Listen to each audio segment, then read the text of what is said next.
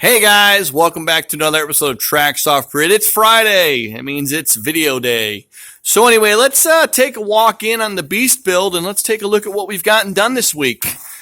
So we've had a few change-ups over the past week. I had to get on the phone with the client and we were discussing a couple things about placement, and they brought up a good point. Where we originally had the fridge, and this was no fault of ours or anything, it's just part of the process, it was down too low. They wanted to have the fridge up a little bit higher for ease of access at about eye level. Plus, if you opened up that door where it currently was at, it was going to be right in the middle of the countertop. So therefore, if anything was placed right here, it would have had to been moved, and then they could open the door. So by lifting it up about 8 inches, that freed up that counter space. Plus, it made a nice cubby down here so they can put their pots and pans or whatever else down underneath there. Then we're also changing up the countertop we originally had planned for the build, and we're going to go with a nice butcher block countertop in here. It's going to go all the way to the back wall or the bulkhead wall up front and give them a nice solid surface all the way through with no seams, and also free up a little bit more counter space for them. So worked out well. We've already got that taken care of. We've already marked out for the vents on the back for the fridge. Everything's going to be fine. We also got our fresh water tanks installed. They're mocked up right now for fitment and then also for figuring out the plumbing layout. But we went with 2 separate tanks in here. Each tank is 45 gallons plus the hot water tank. Gives them a little bit over 100 gallons of water on board in the truck, which is what they were requesting. There was also a reason for making ease of access to the transmission hump that's underneath here. If you guys remember, there's a transfer case and transmission access panel underneath the tanks here, just like an Optimus. And we made it so this entire daybed area, the grid and everything, can be removed. The client can drain the tanks, disconnect them, pull them out, and get to the transfer case if they have to do a necessary repair. Simple, lightweight, pull them out, and it just worked out great. We're going to have our gravity feed still over here, just like Optimus, which will fill both tanks. Or the client can switch to fill up one tank at a time if they don't need to fill them both. Because the way we're going to set it up too is he'll either be able to draft off of both tanks for his fresh water, or he can use one tank or the other.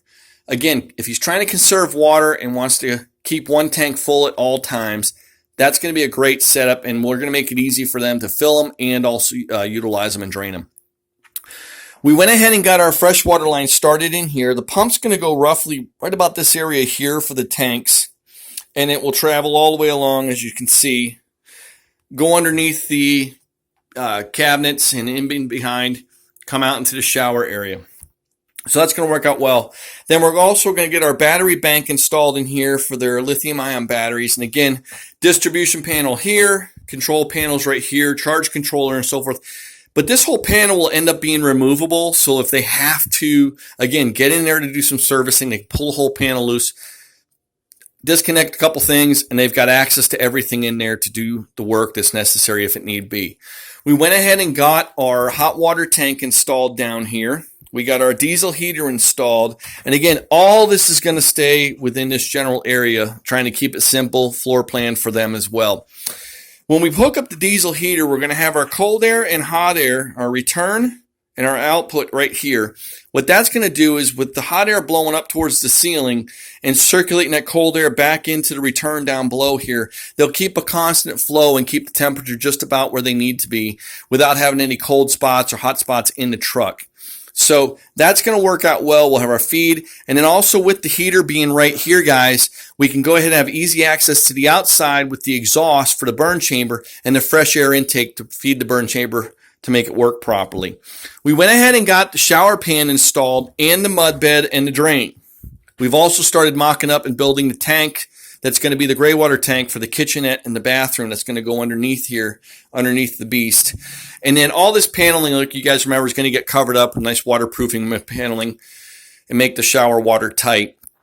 And then we'll cut back out the window. We'll put the exhaust fan in. We got the distribution valve in place, and that's just a temporary one. We use that for mocking things up, but it's the same type of layout. And then we'll hook up the hose and the shower head and so forth.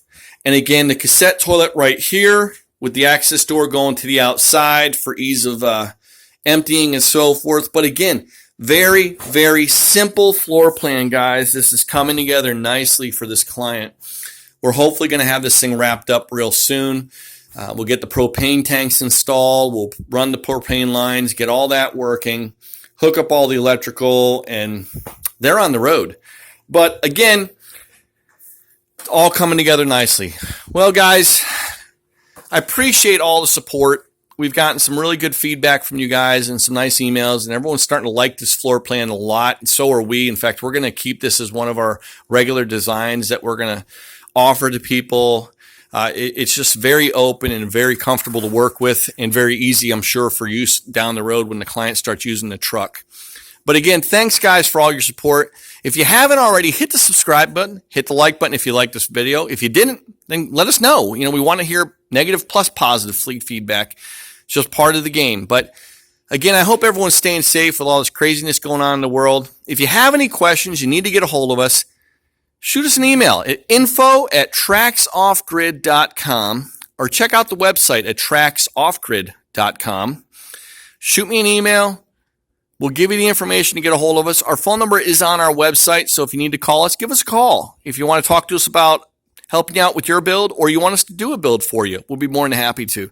But guys, have a great weekend. Stay safe, and we'll talk to you later. Bye-bye.